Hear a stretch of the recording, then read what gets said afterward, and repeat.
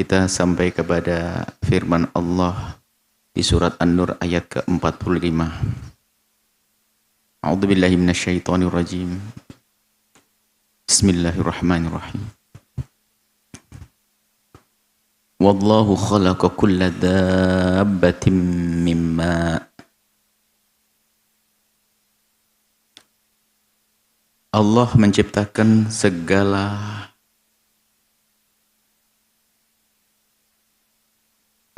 kehidupan binatang dabah yang berjalan di atas dabah yang merayap, yang merangkak, yang berjalan. Dabah alladhi yadubbu,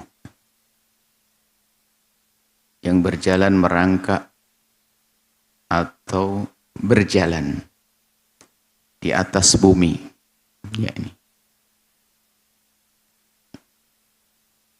mimma'in, dari air. Proses pembuahannya dari air. Termasuk manusia sendiri, ya, bukan asal penciptaan yang Allah sebutkan kalau manusia dari tanah, akan tapi proses pembentukannya adalah dengan proses pembuahan air mani. Dan semua yang ada di muka bumi dari binatang-binatang yang ada ini adalah dari air. Dan terwujudlah faminhum man yamshi ala batnih. Sehingga kita menemukan ada binatang itu yang berjalan dengan perutnya. Tidak tampak kakinya, tapi bisa berjalan dia. Seperti ular, atau mungkin yang lainnya, cacing. Dia berjalan, tidak tampak kakinya, tapi berjalannya dengan perutnya. Minhum man yamshi ala rijlaini, ada yang berjalan dengan dua kaki, ya kita. Bahkan sebagian binatang mungkin ada yang berjalan dengan dua kaki, berjalan dengan kaki. Ayam berjalan dengan dua kaki.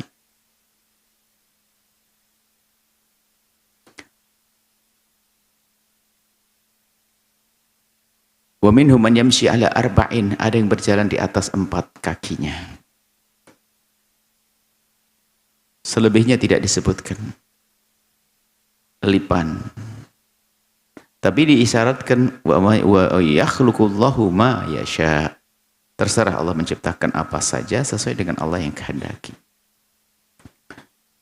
Jadi nanti setelah ada binatang-binatang yang kakinya 6 barangkali, semut 6 atau 8 kakinya, coba dihitung nanti. Kemudian ada lipan dan lain sebagainya. Innallaha ala kulli syai'in qadir, Allah Maha Kuasa atas segala sesuatu. Penyebutan ini semua untuk bahan renungan. Kadang memang bentuknya kecil, tapi gak beda dengan yang gede. Secara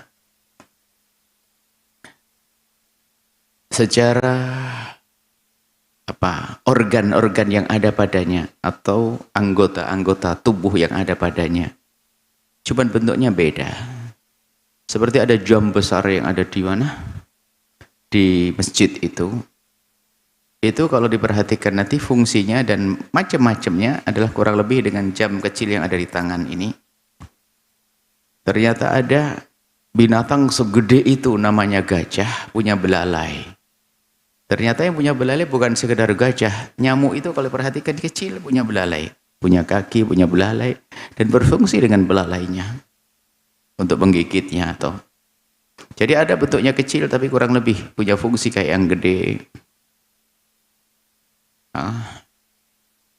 Kita menemukan ayam-ayam kecil, ada burung-burung kecil, tapi menemukan burung gede. Sehingga dinamakan burung onta. Tidak tahu kenapa harus pakai burung onta. Dinamai burung gede begitu saja, hanya karena gede kayak onta barangkali. Tapi jelas ada burung besar sekali dan bisa dinaiki. Kalau lihat kurang lebih bentuknya dengan burung-burung yang lainnya. Burung onta mirip dengan burung bangau dan sebagainya. Dan begitulah Allah menciptakan makhluknya dengan apa yang Allah kehendaki, dibentuk seperti apa saja. Kita melihat di laut itu, kerang itu ternyata bermacam-macam kerang, ikan bermacam-macam ikan.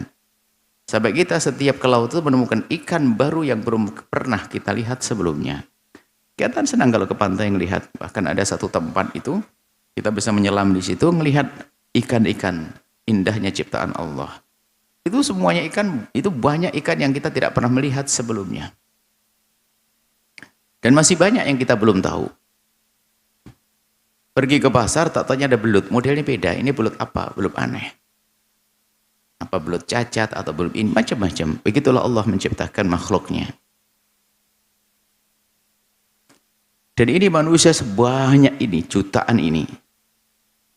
Kalaupun ada kembar itu mirip, nggak ada yang persis. Semuanya beda-beda. Nah, semuanya beda-beda. Hanya kita saja mungkin kalau membedakan antara kambing dengan kambing tidak terlalu beda. Kambing semuanya mirip. Tapi pasti ada perbedaannya. Dan begitulah Allah menciptakan makhluknya dengan kemahakuasaannya yang berbeda-beda, bermacam-macam, besar dan kecil. Allah menciptakan yang kecil untuk mangsa yang lebih gede, yang lebih gede untuk mangsa yang lebih besar, dan seterusnya. Dan begitu. Yang paling gede pun ternyata kadang-kadang memberi makanan kepada yang kecil. Jadi ada binatang-binatang yang ada di hutan itu, Allah beri kutu, bakteri dan sebagainya ada di mulutnya, ada di sekitar hidungnya, badannya. Ternyata yang bersihkan adalah burung-burung kecil. Dan burung itu nanti jadi mangsa binatang yang lainnya, binatang yang lainnya jadi mangsa binatang yang lainnya, binatang yang lainnya jadi mangsanya binatang yang besar ini. Begitu. Termasuk yang di lautan. Kemarin disebutkan juga. Kalau kita perhatikan di lautan bagaimana Allah menciptakan ikan yang sangat gede. Bayangin, ikan segede perahu. Ngasih makannya gimana? Kita miara 3 hari saja sudah bangkrut sepertinya. Tapi di laut banyak ikan besar. Allah yang beri makan. Dan begitu Allah menciptakan, Allah itu akan makan ikan yang lebih kecil lagi dan lebih kecil, atau dibalik, yang kecil dimakan lebih gede, beri makan minum. Dan yang paling gede pun ternyata itu ada sesuatu yang keluar dari badannya itu untuk dimakan ikan kecil, dan begitu.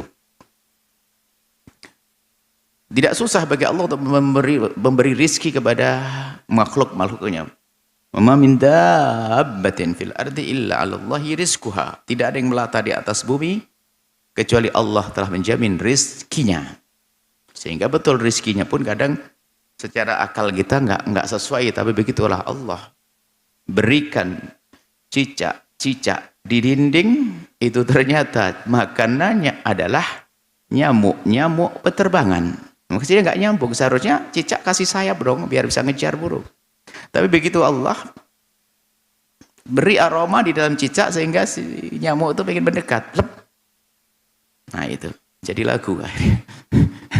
Jadi subhanallah, itu indah ciptaan Allah. Kalau merenungi ciptaan Allah seperti itu. Ini memang untuk bahan berundang sampai nanti, sampailah kita kepada keimanan.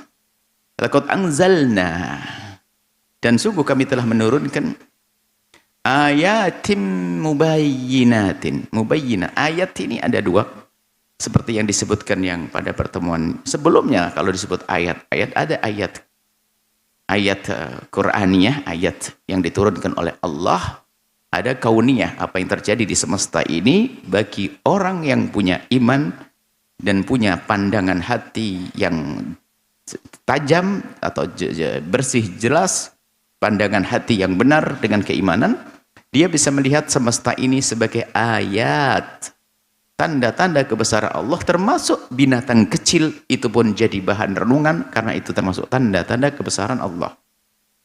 Ini ayat mubayyinat, bukan bayyinat saja. Ayat bayyinat ini adalah biasa kalau digunakan untuk Al-Quran. Mubayyinat juga bisa. Mubayyin memberikan penjelasan. Kalau bayyinat jelas. Mubayyinat ini menjelaskan. Jadi kalau kita amati semesta ini, di samping kita faham semesta atau apa saja, ternyata pada akhirnya akan menunjukkan pada sesuatu yang lain lagi, menjelaskan yang lain lagi, menemukan yang lain lagi. Dan ini hanya difahami oleh orang-orang cerdas, beriman atau tidak beriman. Beriman atau tidak beriman. Jadi menunjukkan dari nyala api yang memanasi semacam panci kecil yang ditaruh di sebuah kayu begitu atau besi. Kemudian api membakar. Ternyata dari pembakaran ini membuahkan gerakan-gerakan. Gerakan-gerakan. Tapi bagi orang biasa ya lihat bergerak begitu saja. Ternyata bagi orang cerdas berpikir, apa yang menjadikan ini bisa bergerak? Berarti ada energi. Lalu berpikir, lalu menjadilah kereta. Kereta api itu, pembuatan kereta api kan dari pikiran begitu. Biarpun mereka tidak beriman, tapi begitulah sebetulnya tanda-tanda kebesaran Allah yang bertebaran di semesta ini akan menjelaskan, di samping sangat jelas menjelaskan kepada kita tentang sesuatu yang lainnya. Sesuatu yang lainnya, sehingga ada penemuan-penemuan baru pada akhirnya. Yang penemuan baru itu pun juga kalau kita cermati juga dari alam itu sendiri. Pesawat terbang itu memang dari mana dia? Kalau kita rinci, kita preteli satu demi satu, lihat dari mana bahan-bahannya. Kembali kepada bumi yang kita pijak ini, semuanya. Dari besinya, dari catnya, dari ininya, semuanya. Akan tapi untuk sampai kepada itu semuanya adalah perlu kecerdasan untuk bisa merenungi hingga kita sampai kepada satu kesimpulan atau hal yang baru. Maka menjadilah kita orang yang setiap melihat semesta ini sambil merenung. Dan sampai kepada suatu yang lainnya ini, kadang-kadang yaitu tadi, kalau kita melihat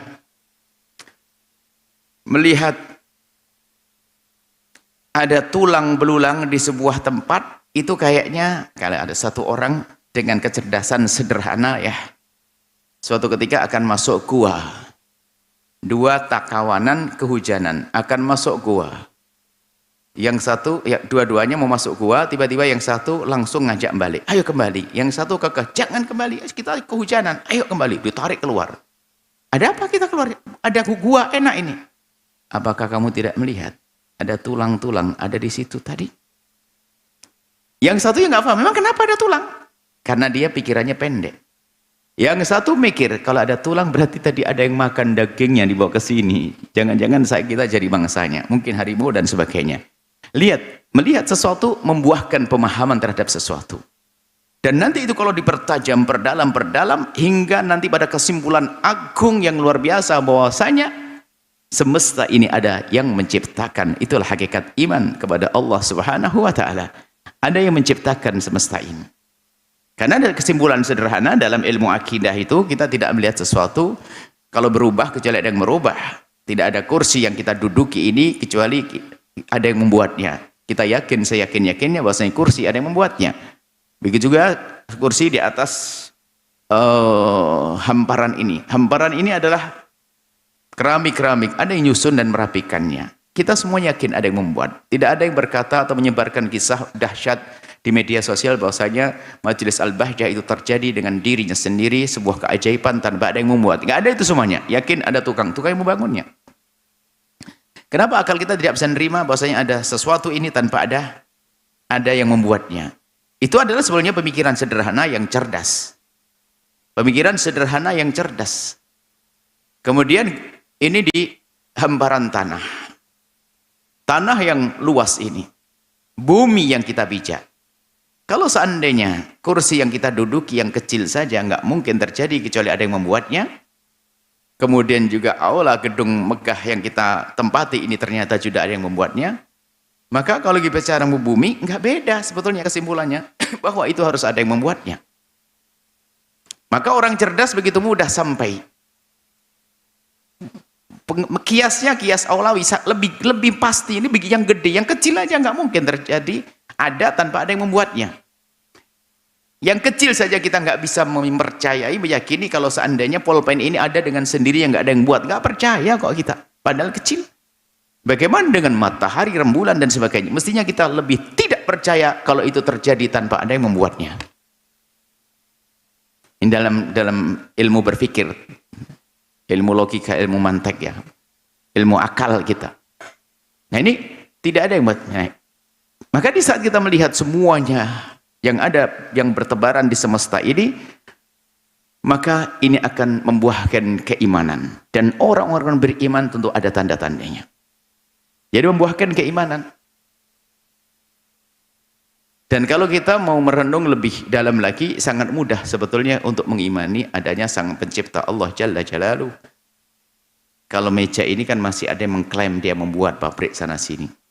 Tapi kita kan sudah punya satu rumus yang nggak bisa diganggu dan digugat, bahwasanya segala yang ada ini tentu ada yang menciptakannya. Kan begitu? Rumus dari sesuatu yang kecil, kemudian kita naikkan kepada sesuatu yang besar, ada yang menciptakannya. Maka di saat kita bicara matahari dan rembulan harus sama dong kesimpulannya. Bahkan lebih dong karena lebih gede. Tapi bagaimana orang kok tidak bisa memahami bahwa matahari yang menciptakannya? Itu kerusakan akalnya. Ilmu logikanya nggak jalan dia. Akalnya nggak nyambung. Wong yang kecil saja ini kan mesti lebih harus ada yang menciptakan. Yang kecil saja yang menciptakan. Apalagi yang gede, mestinya begitu. Yang kecil aja harus ada yang menciptakan, apalagi kalau dalam bahasanya kiasnya kias aulawi, dikiaskan tapi disamakan, tapi itu lebih pantas, lebih harus ada yang menciptakannya. Kemudian lebih dari itu, kalau kita cermati, biarpun di sana dari masa ke masa ada makhluk-makhluk, manusia-manusia, raja-raja besar yang pernah mengaku menjadi Tuhan. Namrud dan Fir'aun dan lain sebagainya. Tapi biarpun demikian, enaknya kita untuk beriman akan adanya Sang Pencipta. Biarpun yang mengaku Tuhan itu nggak pernah selama ini mengaku bahwasanya dia telah menciptakan matahari. Itu saja. Nggak pernah menciptakan rembulan. Mana ada Fir'aun ngomong begitu? Namrud saja kan debat dengan Ibrahim.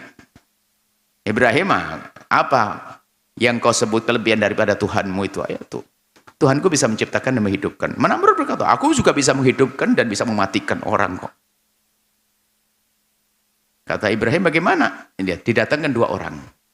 Yang satu penggal lehernya mati, yang satu dibiarkan. Ini aku matikan dan ini aku hidupkan. Wah, ini adalah hujah lucu-lucuannya si Namrud. Maka Nabi Ibrahim juga berhujah. Baik, kalau begitu, ada lagi. Tuhanku menerbitkan matahari dari timur dan membenamkan di barat. Sekarang ente balik. Coba, kamu menerbitkan dari barat hari ini. Kalau kamu ngaku Tuhan, terbitkan di barat, kemudian benamkan di timur. Fabuhital ladzi kafar. Nggak mampu dia. Kurang lebih gitu. Jadi, membaca tanda-tanda kebesaran Allah itu, maka kita akan mengerti makna bahwasanya itu semua akan menjadi mubayyinat. Menjelaskan pada suatu yang lainnya. Yang lainnya itu bermacam-macam. Dari pemahaman tentang penemuan dan sebagainya, sampai nanti yang tertinggi adalah mengenal Allah Subhanahu wa ta'ala. Mubayyinat.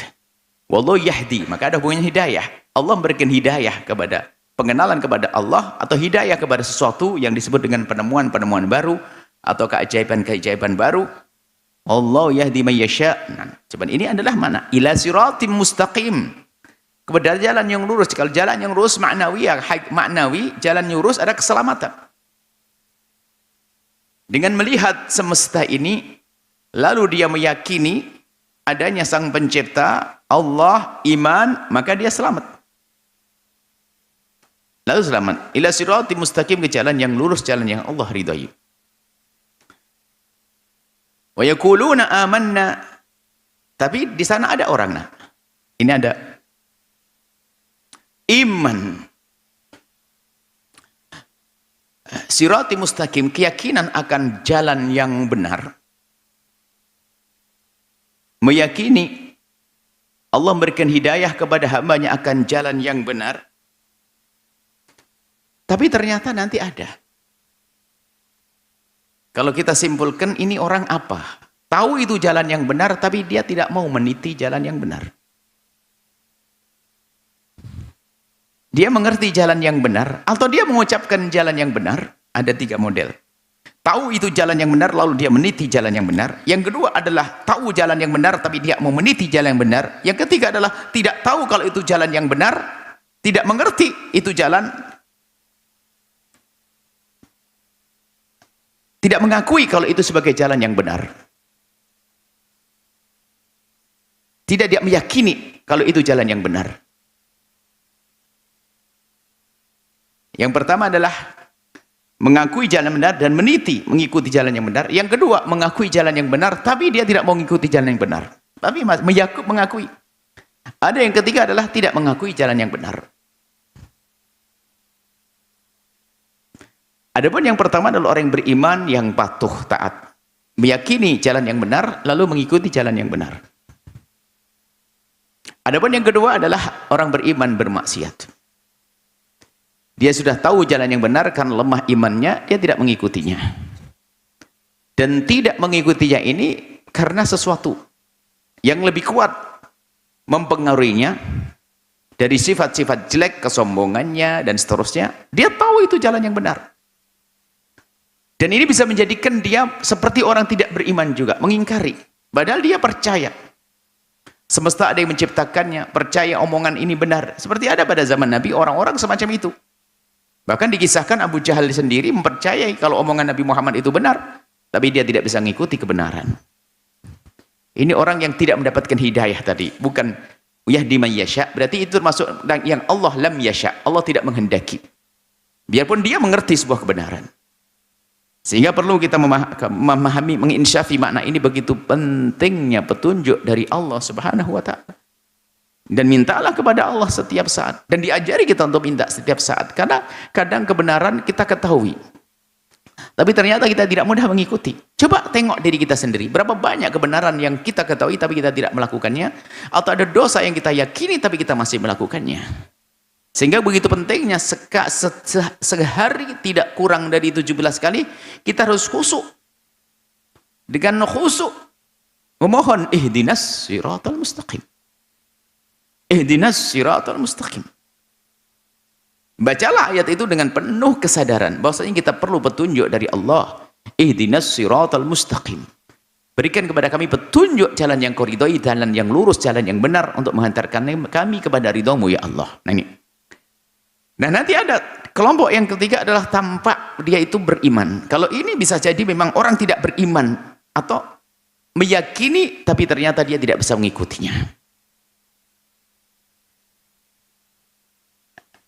Yang ketiga adalah dia tidak meyakini dari lesannya, dari omongannya, atau dari keyakinannya. Hatinya tidak meyakini, kebalikannya. Yang tadi meyakini, hatinya tidak meyakini. Cuman karena dia demi kepentingan saja, maka dia mengucapkan dengan lesannya. Ini martabatnya seperti orang yang yakin tapi mengingkari. Ada orang yakin, percaya tapi ingkar. Jadilah kufur juga. Yang terakhir ini adalah hatinya mengingkari, hatinya tidak setuju, tapi lesannya berucap. Mengaku dia beriman, ngikut Nabi Muhammad dan seterusnya. Mereka lah kaum munafikin. Orang munafik sesungguhnya disebut sebagai orang kafir, satu martabat. Dengan orang yang percaya dan ingkar. Kalau mau kita tambahin terakhir, tidak percaya sekaligus ingkar. Nah, model-model ini adalah kelompok-kelompok. Ada kelompok pertama ahli iman dan mengikutinya. Kelompok kedua ahli iman tapi masih kadang melanggar. Yang ketiga mempercayai tapi nggak mau patuh. Yang keempat adalah itu, nggak percaya dan nggak patuh. Fariq. Maka golongan yang dia mengakui beriman dengan lesannya, beriman dengan lesannya itu ada. Wa yaquluna, ini ada kelompok orang. Di saat melihat tanda-tanda kebesaran Allah atau diberi penjelasan tentang ayat bayinat dan mubayyinat, dia bisa faham dan dia mengerti, lalu dia bisa berkata amanna. Mereka mengatakan amanna, kami beriman billahi, kepada Allah, bi rasuli, dan kepada utusan Allah, wa ta'na, kami siap patuh. Tapi kenyataannya thumma yatawalla, tapi setelah itu berpaling dia. Setelah berucap, berikrar dengan lesannya, berpaling. Fariqum minhum, sebagian dari mereka itu. Jadi ada kelompok-kelompok ini. Nah, ini kelompok siapa ini? Fariqum minhum, Min ba'di dzalika.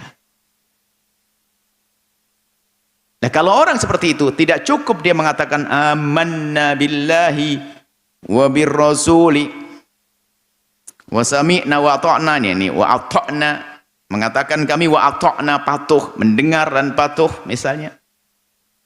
Dia mengatakan begitu.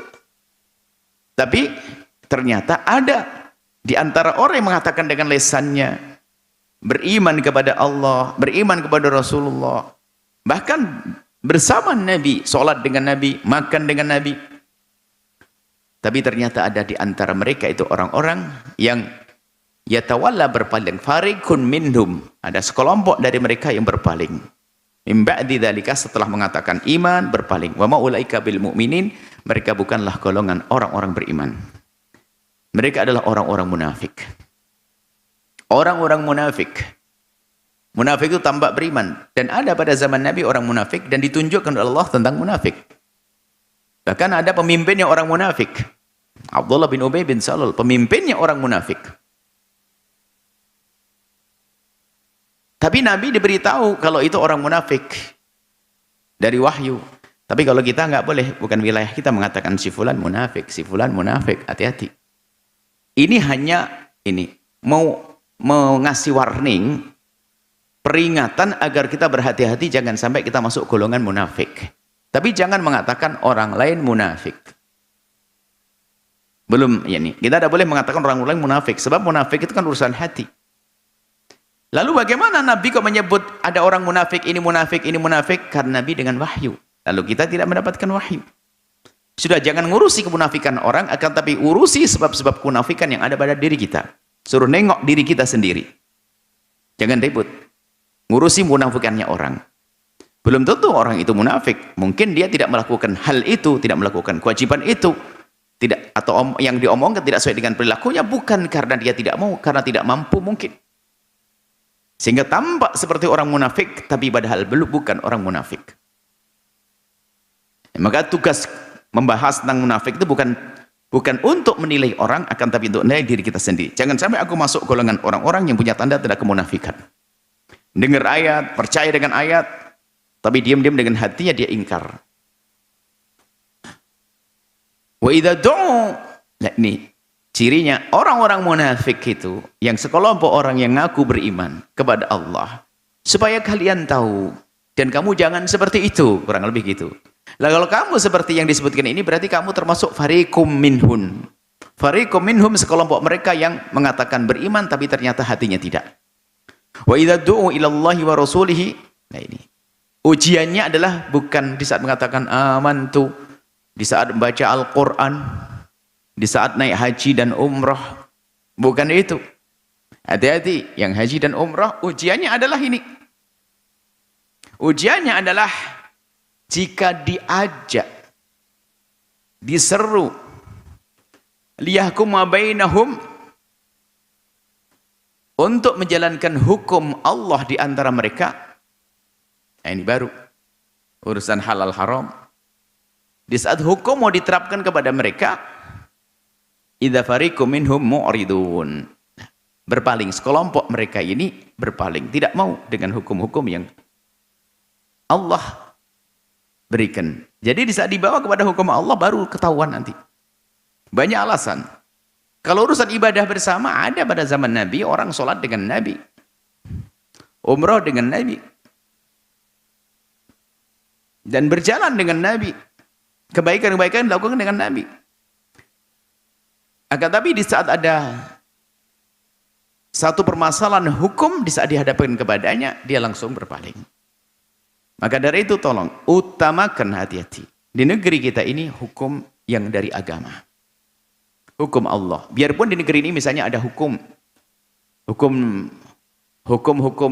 negara, kan di sana ada hukum yang bisa menerapkan hukum Islam, termasuk masalah pernikahan, waris dan sebagainya. Pasti kan ada memilih hukum, dan ini kan diizinkan di negeri ini untuk memilih sebagai warga negara Indonesia menjalankan hukum negara yang ada. Sebagai orang Muslim, dia boleh memilih hukum Islam. Tentunya iman Anda akan mengatakan hukum Islam. Kita mengatakan hukum Islam. Dan diizinkan masalah pembagian waris, perceraian, dan lain sebagainya. Pernikahan. Ada aturan-aturan yang ada di dalam agama.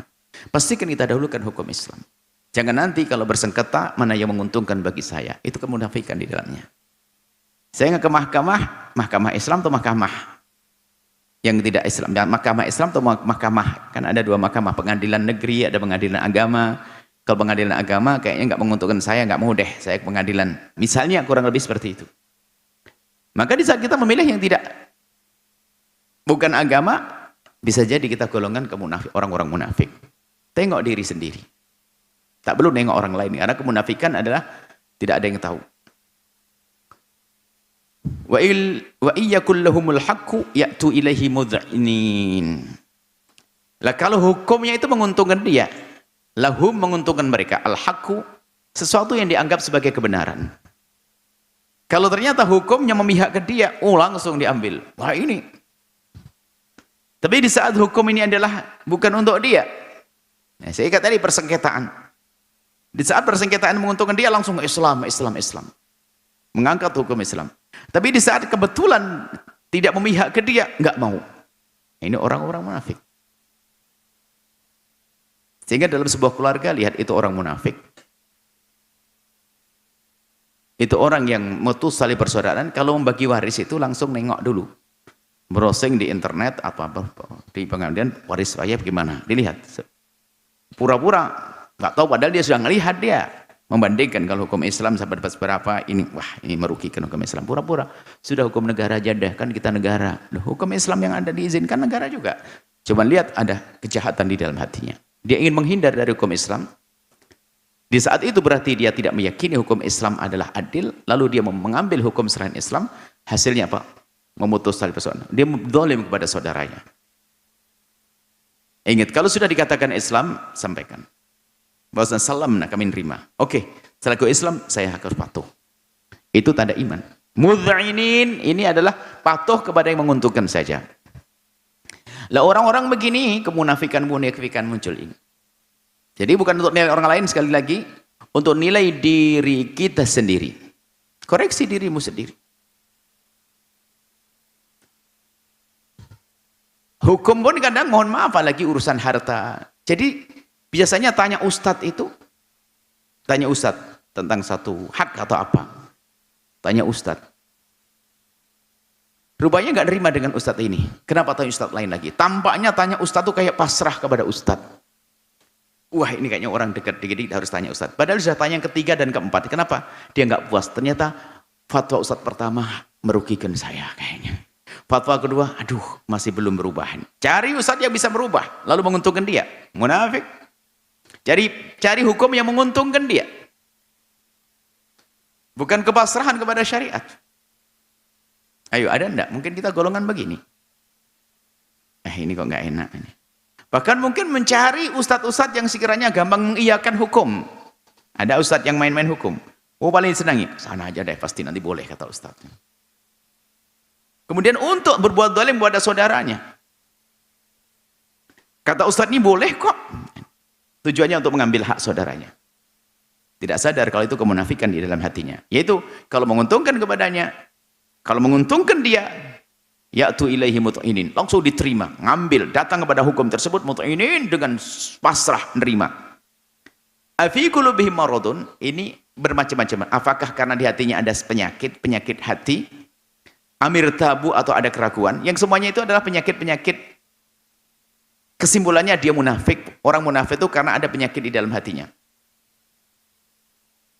Ada kekafiran, maradun. Fi qulubihim marad. Di dalam hati ada penyakit. Kekafiran tersembunyi. Awir tabu, ragu dengan hukum-hukum Allah. Ragu hukum-hukum Allah. O yakhafu ayakhifallahu alaihim. Atau khawatir dengan hukum itu Allah zalim kepadanya. Jadi yang tidak termasuk hukum waris. Yang tidak mempercayai hukum waris artinya dia telah menuduh Allah zalim. Dan begitu. Apa yang Allah berlakukan kepada hambanya adalah keadilan. Lah kok dia nggak terima dengan hukum waris ini? Saya dapat separuh ini. Kenapa saya harus separuh? Wah ini. Lah itu seolah-olah mengatakan kau tidak adil ya Allah. Kenapa bagianku kok separuh dengan abangku? Abangku 2, saya 1. Kenapa? Lidzakari mithlul hadzil unthayaini. Yang berani mengatakan begitu berarti mengatakan Allah tidak adil. Seolah-olah tidak mengerti kepada banyak kesalahan dan dosa, pengingkaran kepada hukum-hukum semacam ini. Mengatakan Allah tidak adil, mengatakan Allah tidak tahu. Makanya dikatakan munafik. Keluar iman. Bal ulaika humudz zalimun. Mereka adalah orang zalim kepada diri mereka sendiri, menjerumuskan mereka. Sudah mengerti sebuah kebenaran tapi tidak menerima. Itu kan zalim. Ibaratnya dia lagi perlu nutrisi, perlu makanan yang segar dan sehat. Ada makanan di hadapannya, enggak mau. Berarti dia ingin membunuh dirinya sendiri. Sama, diberi hukum-hukum yang menjadikan dia baik, dia enggak mau. Berarti dia menghancurkan dirinya sendiri, maka itu disebut ulaika humudz zalimun. Sampai di sini insyaallah. Ayo jadikan bahan renungan. Selagi ada hukum dari Allah yang dikatakan para ulama, mulailah Anda dengan sam'an wa ta'atan. Adapun jika ada kejanggalan ilmiah, bukan kejanggalan dari hati, itu bisa jadi karena mungkin kita juga pernah belajar, kok pernah ada ustadz mengatakan ini enggak boleh, kok ini jadi boleh. Anda boleh bertanya. Tapi kalau menjadi budaya, satu kebiasaan, setiap omongan ustadz itu dilihat manfaat untuk saya atau tidak. Jangan-jangan memang ada kemunafikan di hati kita. Itu orang kalau jadi ustadz pun nanti ustadz yang main-main hukum. Akan merubah hukum demi kemaslahatan dirinya. Itu dulu ulama-ulama dari luar sebelum Islam ada. Yuharrifunal kalimah. Kerjaannya merubah ayat-ayat Allah. Untuk kepentingan dirinya. Kalau dulu merubah teksnya juga agar isinya berubah. Kalau hari ini tidak merubah teksnya. Yang yuharrifunal kalimah ayatnya tetap itu saja. Sebab Al-Quran tidak bisa dirubah. Tapi dia menafsiri seenaknya sendiri. Sesuai dengan keinginannya. Ini adalah munafik juga orang yang tampak beriman tapi sungguhnya tidak beriman. Wallahu a'lam bissawab.